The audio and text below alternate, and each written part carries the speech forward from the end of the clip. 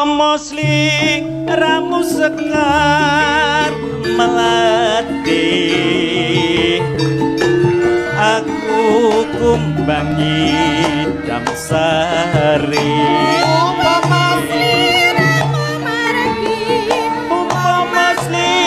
ramu margi hati salawase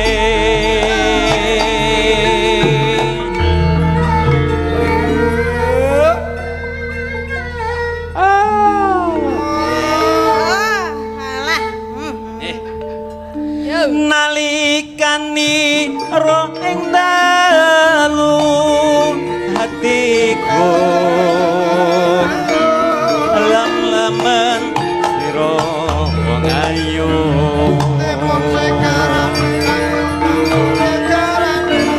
tansah kumanteleng netra rinoso aroso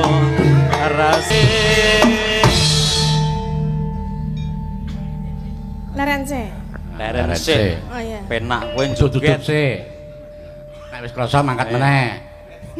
Penak kene ming. Penak apa ket mau ngadeg ya. Aku yo ngadeg ya iki. Alah mau linggo ping 3 kok.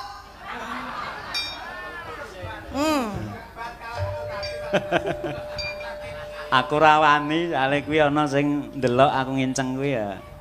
Ra apa-apa. Nalikani roh ing dalu hatiku lam-laman sira wong ayu rasa mati ora bakal lali lakai lisane lagu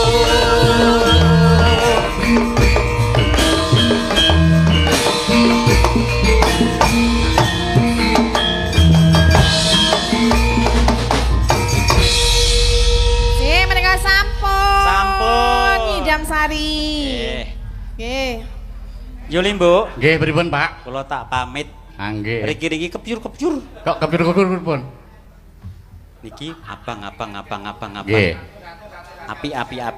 Nggih. Terus? Ah terus kula le kebyur-kebyur terus Jiro lu Patmo 6 itu. Mongko bayake abang kabeh. Abang kabeh. Berarti kebyure ya kudu abang. Kudu aku. Oh, ta Mbak Tatin? Dia kok sik delok sik nggawane abang apa ijo? Wi rak tenan to ming ijo to. Kang, abang iki. Oh. Wah, abang 10.000 e. Ungu niku, Pak. Padha karo surjane niku. Sik, abang. Ah niku ning nggon kula ungu, Pak. Abang kok ya. Wis. Aku trimo banget. Nggih. Bengi niki sareng-sareng kalian para kadang biyaga, sareng-sareng karo Mbak Tatin. Nggih. Karo Bagong bareng ae. Terus bengi niki sida ngenehi ora? Oh iya ya. Wis. Kula aturke Kali Mbak Tatin. Oh, kali Mbak Tatin, Mbah. Pinten, Pak? Jeng. Kok sik pira? Rasa ditung. Alah masa ya kalah karo liyane masa Pak Lurah. Rasa ditung. Lurah kuwi biasane anane ming transfer. Oh ya siap nanti kula kirim nomornya ya. Ya, ning aja ngerti wong wedok. Lah niku urusane jenengan. Aku nek arus lirahmu wis mesti engko mulih Pak aku. kesuwen kene iki. Omong wae ra tinggal omong lali ya. Ayo. Nggih, matur nuwun Mbak Nggih, Tatin, matur sugeng dalu mugi wilujeng sedayanipun. Wis. Nggih, Pak. Matur nuwun, pun. Salaman meneh. Dan Pak niki ketoke susuk tuku bakmi. ora sah diitung. Wis, Kok ora ora sah genep ki? diitung. Susuke tuku bakmi karo anak-anak mau mesti Ha iya kuwi wis. lumayan. Jenenge wong lomo ngono kuwi kok. Ya lah mesa jek nggawa mik tekan kono. Ning biasane Pak Sumpono. Balik meneh. Sik biasane iki angger kaya aku kuwi, lha to Pak. Nek cul ngono kuwi, nek ikhlas ra apa-apa, ning nek umpama ora ikhlas biasane bareng ngene iki ora engko Pak tak kandhani. Tak dongoke muga-muga tekan ngomah slamet yo. Nyo duit ra supino. Ayo, tak balik. Ora tenan to? Pak PN. Lah biasane sing nampa ming semene iki ning tekan manjur ngene iki. Aduh ya aku aduh. Amin, sapa sing nampa kuwi amin. Ora ya kene. Aku mau tak wenehi kono kok ya. Gak aku gak nek duwite nganu ora ikhlas gak aku. Wong ngene Bu Pras mau sakmono wae tak ikhlasi kok mau sakmono kok arep rebutan. Ayo. Wis tak lebokke kotak. Wis ngene iki. Nggih, matur nuwun Pak nggih. Ya. Ayo. Ayo nanti. Tak tambahi. Alah beltut. Ora mungkin. Matur nuwun Mbak Tati suwe mawon. Nggih, Pak. Yuli, Mbok. Matur nuwun. Siap, matur nuwun Pak. Nggih. Nggih, matur ayo. Mike. Mike aja digawa bali, Pak. Salah ki nggen sinden mik. Mik sing endi? Waduh. Wah. Lah jenengan Saya duwe pengen mik. ngomong terus iki. Mbak monggo. Nggih, matur nuwun Pak Lurah nggih. Nggih. Ya Mbak Tati diselingi nganggo kanca-kanca waranggana. Nggih, siapa menika waranggana cantik-cantik semua. Telu sisan. Oh, telu. Sapa? Mbak Oriza, terus Nggih. jajare sing di arep-arep saka Pak Maryadi mau sing saka Temanggung Mbak Endah, sing saka Temanggung terus karo Mbak Saras sing saka Bambang Lipura ya telu. Oh, nggih. Peloke Dik, tak sepotane nganggo mari berdendang yuk kawan, mari bernyanyi. Mari berdendang yuk kawan, bersukaria, hilangkan rasa susah bersama kami warga laras. Yuk musik. Kami tidak omongan mau dibahas. Mari berdendang yuk kawan, mari bernyanyi. Mari berdendang yuk kawan, bersukaria, hilangkan rasa susah bersama kami warga laras. Riaknya kita cantik, kalau kurang mohon maaf.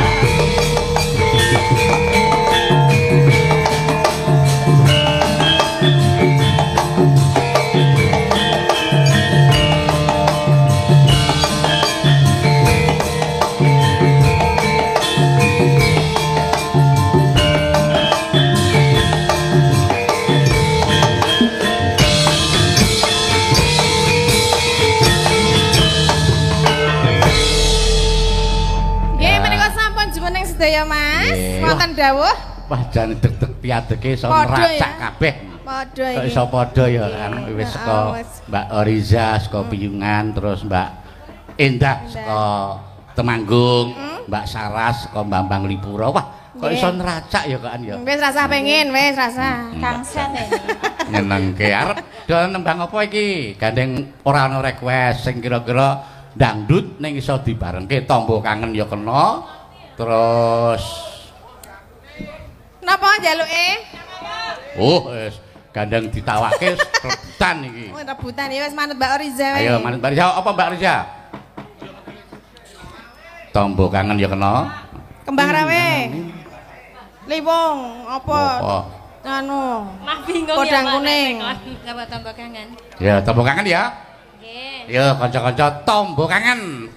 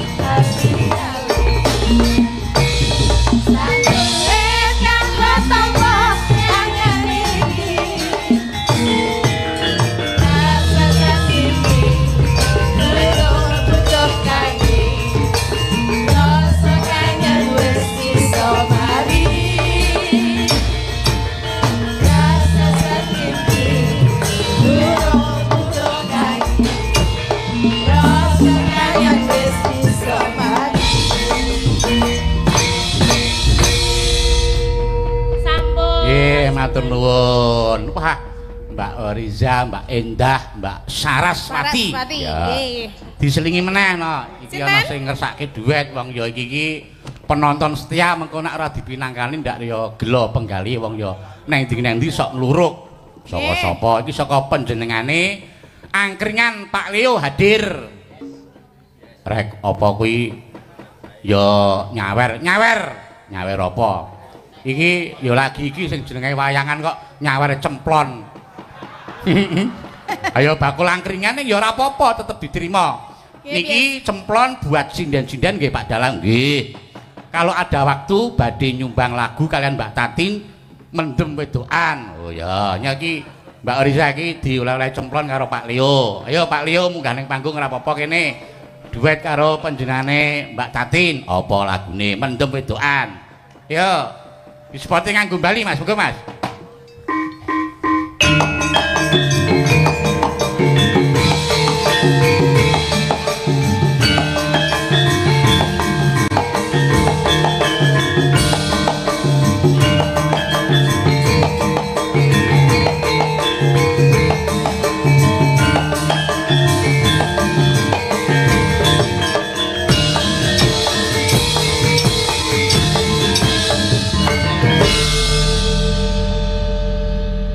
Njalukku lagu Jambu Alas wae Pak. Oh sedane Jambu Alas apa mendem wedokan biasane sok mendem wedokan. Jambu Alas ora apa-apa ben kono sing nyanyi ya. Oh iya. Iya. Malah len duweti sithik ya. Yo manut Apa wedokan? Oh mendem wedokan. Loh piye ta jane piye karepmu piye? Iki tunggalane Pak Lurah mau iki. Iya. Kok ora do Apa mendem jambu? Jambune sapa? Yo lagu lawas Mendem wedokan ya Pak ya. Nggih. Yo kanca-kanca.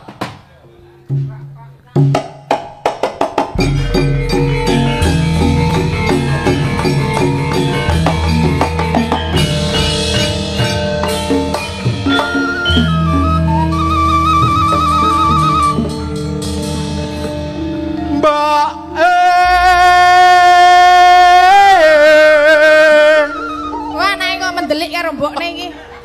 Aja mendelikno lele. Aku njaluk Mimi Mbake. Mene kae nang mburi nang wedhus kae.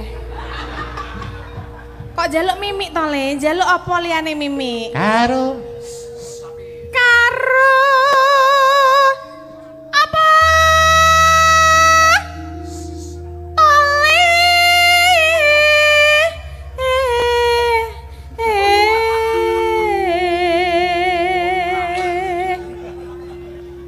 sing penting gajine.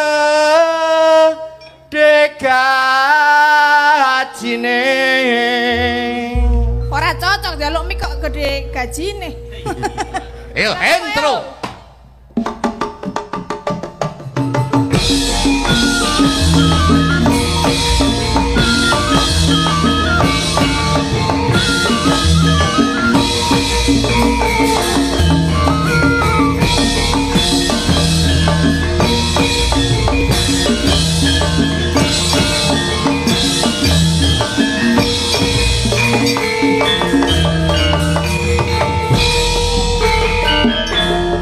Simbok wetengku luwe ana ketan aku tukokno.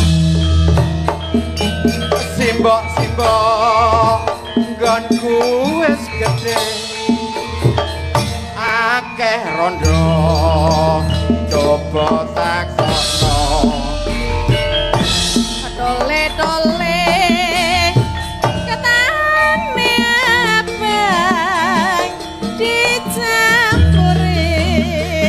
apa parutan tole rabine gampang paling penting duwe gawean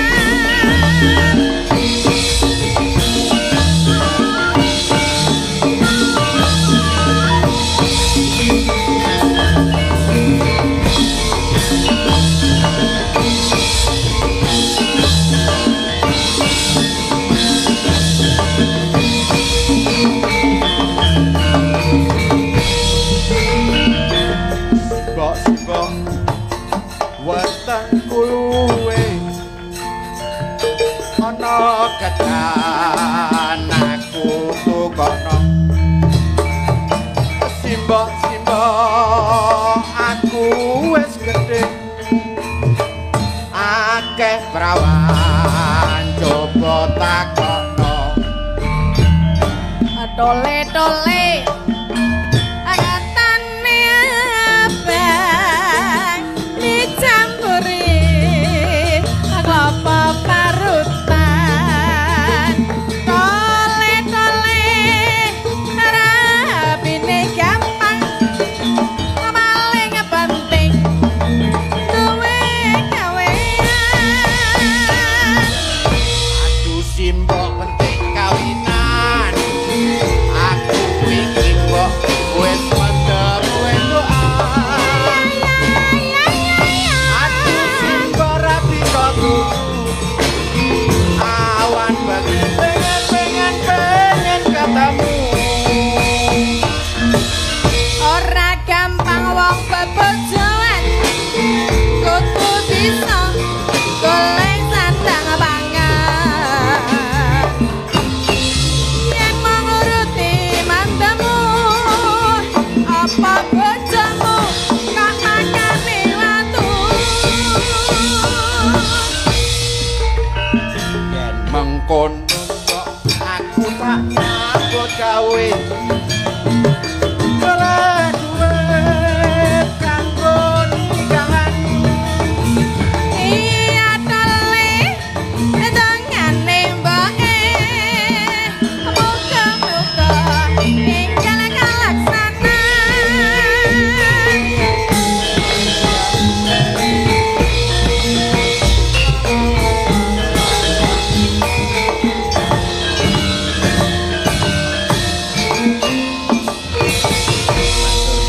menika sampun. Ya, matur nuwun cemplone, Pak. Nggih. Ya. Biasane sate kok gur cemplon iki.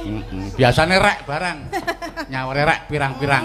Enggak Tatin. Nggih. Iki rene ya kawengku wektu, dasare ya sing sepuh-sepuh ya ngersake sak iso-iso ya lakone iso tutuk. Oh nggih. Terus dienggo lagu sing pungkasan. Nggih.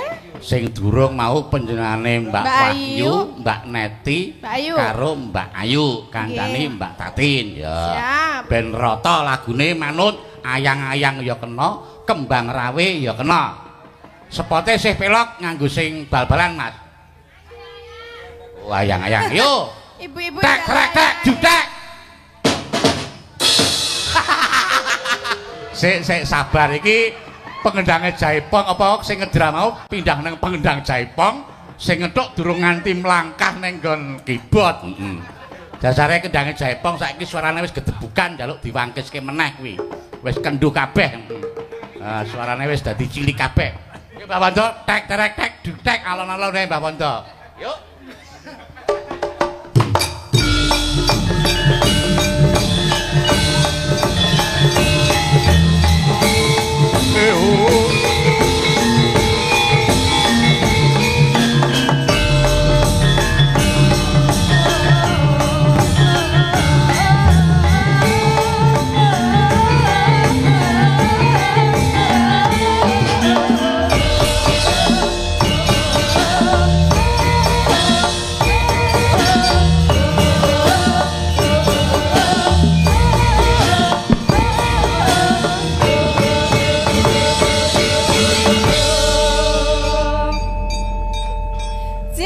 sampun jumeneng. Sidane apa? Kembang rawe apa ayang-ayang?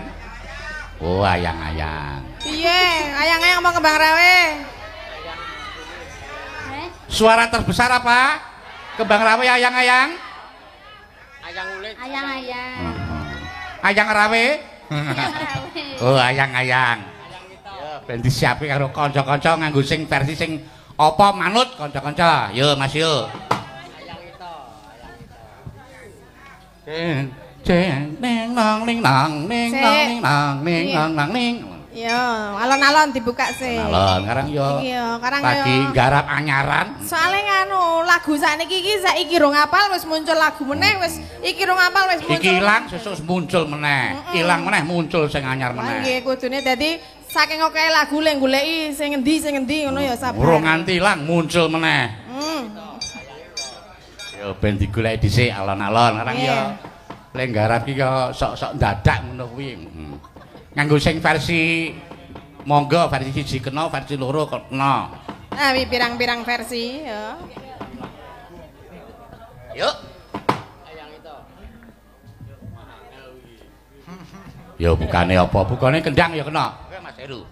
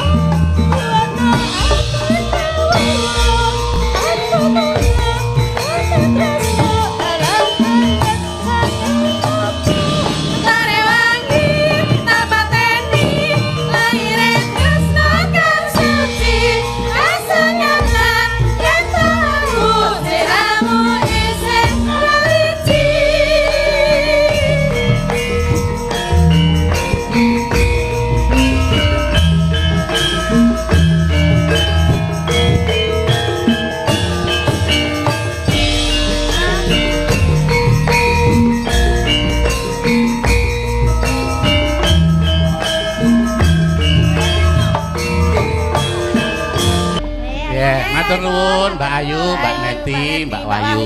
Ya. Ya cara wong dar sate Mbak Tatin. Sate kae enak nak sepiring rong piring. Nek genepe 5 piring mengko ndak nek cara kasarane ndak malah kemlakaran dadi ya sing sepuh ya dicaosi, sing enom ya dicaosi, sing seneng gateke lakon ya dicaosi, sing seneng lakon-lakon ya dicaosi kabeh ya ben rata. Sing Bakung merti dusun Jigudan iki sing disun piye nok? Mugi tansaya ngrembaka ayem tentrem nggih, mugi masyarakat nggih tansah pinaringan sehat Selamat sing ditanggap, selamat sing nanggap, selamat sing mresani. Mugi insyaallah sanes wedal saged pinanggih malih, wonten kelintuan, wonten kelepatan nyuwun pangapunten. Ya, matur nuwun ya nak aku tak mbacutke lakon dhisik. Nggih, siap monggo sukses sampai tancep ya. Amin, matur nuwun. Ya wis ayo sawetara dibacutke dhisik mengko seneng-seneng bacutke ning goro-goro. Ayo bacut dhisik nak.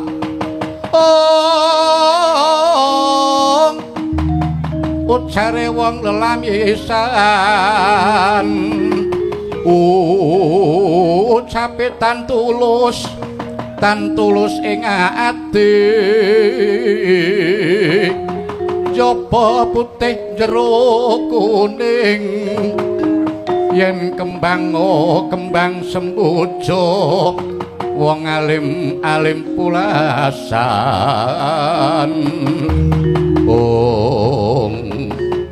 sinigek semanten genti kocapu ingkang medal Jawi Prabu Baladewa kawistara lamun nawung bendu duka yayasinipun ngantos ical suba sitane pindha Sardula Wikritita.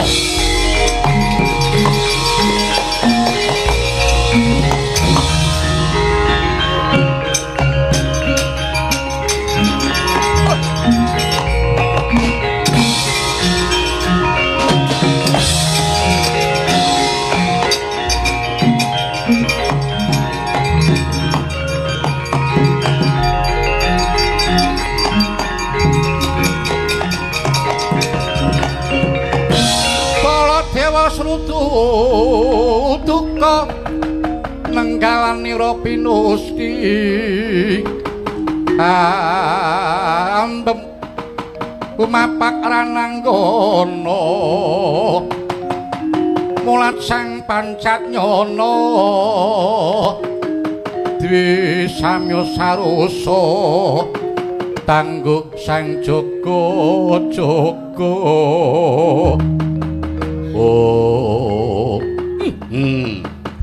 Jagat Dewa Bathara ora kesak gedhagan iki aku nampa pangendikaning Kyai Prabu Duryudana kaya didodhok andemanku bedhiakan nala dimana nungkak angke elek drohon wis ora memper banget ing atase Pendhita Durna kuwi ana ing Gorong Astina disubya-subya sungga-sungga kaya raja dipundi-pundi kaya aji kemat-kemat kaya dijimat nanging gene pakartine malah mamak mumuk sak ngisore dlamakan mongko Pendhita kuwi jare dipundi lan ditata dipundi ngelmu batine ditata solah bawane nanging senengane malah nglincipi cara ngapapak singating andaka ora patut purwane neja nggayuh tumurning kanugrahan wahyu katentreman ngono kok dadak nganggo srana mateni wong sing tanpa dosa malah arep ngajab sirnaing Kyai Prabu Kresna mongko nggone padha ngrasani Kyai Kresna ana dulure tuwa ya kok le penak wae yen ngono bener sing dadi pangendikane Kyai Kresna kae Kurawa kae yen disrawi becik ora kena diundhuh waing kabecikan. Malah kepara sapa sing ngaone becik gampang kena pengaruh hala. Ketularan gedhoane budi pakartining Kurawa sing ala. Malah iki Kurawa ngurung jago wiring kuning ngaku jeneng Prabu Dirgamuka. Sumbare pecah aci-aci kaya bisa dilat wesi abang. Lancang saguh arep nyirnake Kyai Kresna sajake kowe wis ampuh setan pengak menungso apa pancen ora ngerti yen to Kyai Kresna kuwi panjanmane Bathara Wisnu ya ora lega rasane ngatiku yen ora bisa ndadar kaprawiraning ratu kae Prabu Dirgamuka mandheka drohon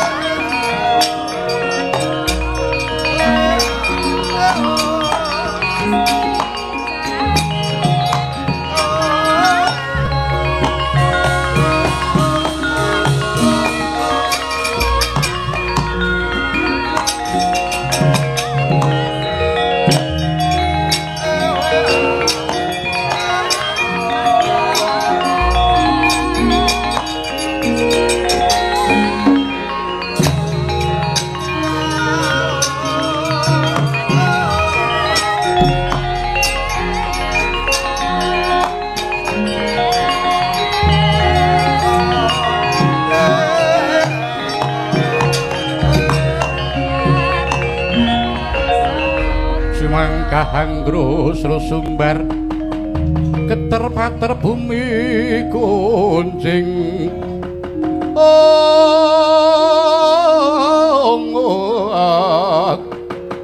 kumaluduk guntur ketuk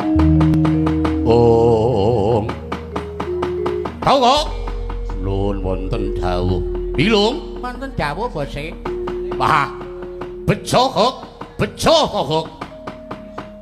durung wis ngendika bejo niku nalare pripun Gusti bejo kok kowe ngerti dhewe kok yen aku duwe idam-idaman kepengin dadi ratu mustikaning jagat ratu sak dhuwuring ratu tekse ratu sak indenging jagat kudu nyembah dlamakanku kok lun pancene aku sambungan pemitran karo Ratu Ngastina Prabu Duryudana napa pun ditampi anggenipun suwita ngersane Prabu Duryudana wis malah aku direngkuh Kadang Taruna nanging aku sambung mitran lan cekuton karo negara Ngastina kuwi mung tata gelar wae tata lair aku deku-deku memalasih memanuhara karo Prabu Duryudana mung supaya Prabu Duryudana percaya karo aku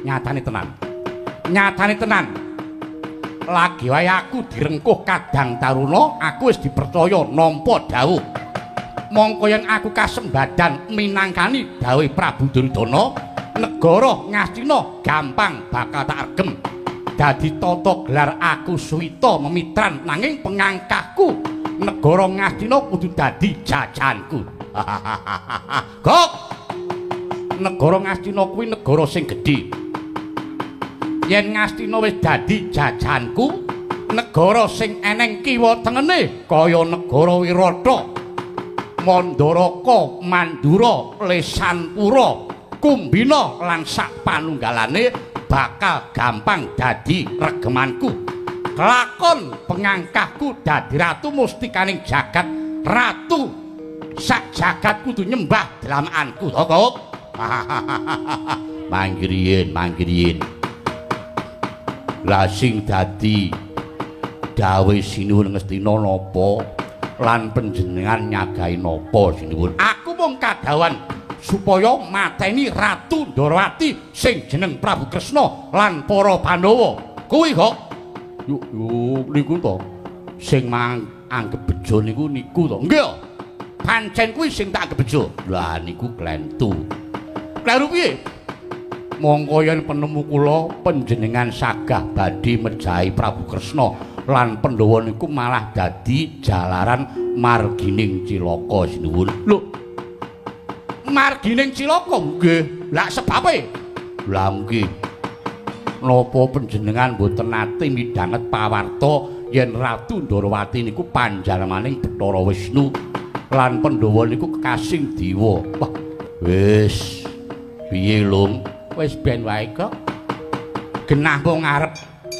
soroh nyawa lah delok wae to nek lagi arep budal wae kaya yak-yak mengko rak ya terus klibuk wis to iki mengko terus gek awak dhewe golek ganti juragan anyar ngono wae ora ngono kok aku tak takon nggih pripun Pandhawa kuwi janjane apa kuwi jeneng negara apa jeneng wonge kok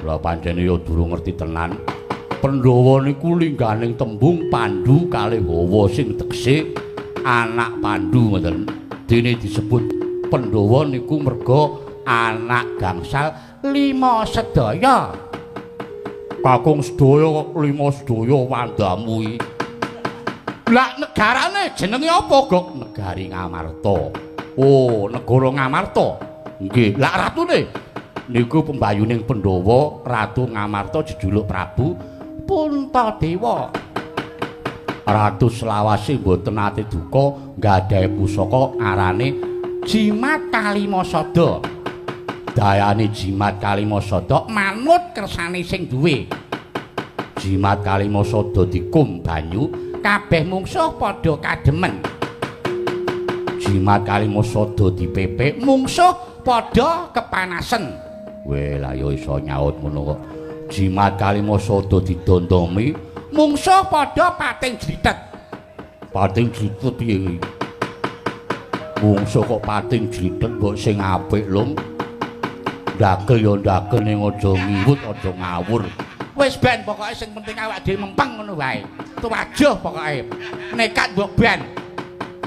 Kuwi Prabu Puntadewa. Lah sing panenggak Satya Jodipati kekasih rada kuwer. Werkudara kok rada kuwer. Lah Werkudara ki nek diwale rak ya muni rada kuwer to. Kaya aja diwulak-walik, arep tok wulak-walik ka ya zong terus. Blong terus mulya entek apa kuwi entek alas entek omah. Werkudara niku satriya geng aluhur, digdaya sekti, gadah ciri bektan saking bayi wujuding kuku jenenge napa niku kuku Kacamata. Matane sapa? Matamu kuwi. Wis ben ngangsak wae pokoke kok. Ayo. Kuwi penenggak jenenge Werkudara. Lah sing penengah lenggah ing kasatran Madukara kekasih Raden Janaka. Ya Raden Permati. Ya Raden Dananjaya. Ya Raden Kombang Ali-ali. Raden Janaka niku satriya klentrang-klentreng midak kapuk ora bendeng. Ning yen wonten parigawe sepi ing pamrih, rame ing gawe ya kok ya. Heeh. Sapa mungsuh Janaka kabeh mungsuh ora kerasan nyawane. Bali mung karyaran. Oh, anak nyeritake Janaka ora ana enteke. Kula kembar rasa critake. Ora usah. Liyane kuwi, Gok. Sing nyemelangi sapa meneh, Gok? Mboten namung Pandhawane, ning anak-anake ya ampuh. Anak-anak Pandhawa sing ampuh sapa? Kabeh anak turasing Pandhawa niku ampuh sedaya. Ning nek diceritake kabeh ora rampung-rampung. Mula gayan panjenengan niku tak ibaratake kaya dene cebol gayuh lintang, cecak ngunta jagak, tangeh kelakone cepak wurunge. Wis, Gok, wis. Ora perlu kowe ngembe ngias karo kasedenku. Kresna lan Pandhawa mesti gampang tak percaya, tak pateni. Prabu Dirgamuka, mandheka dhisik Prabu Dirgamuka.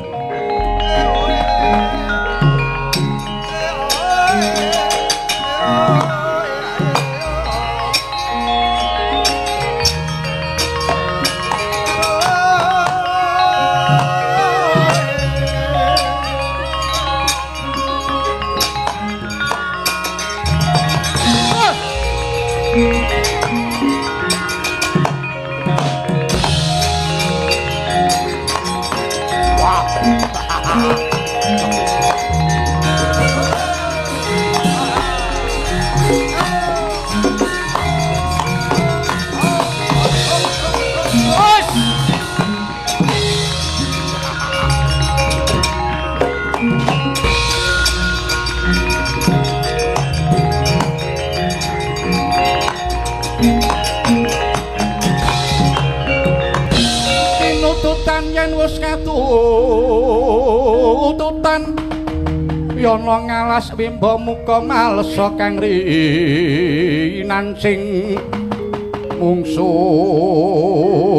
padha prawira sudira prawira ing jurit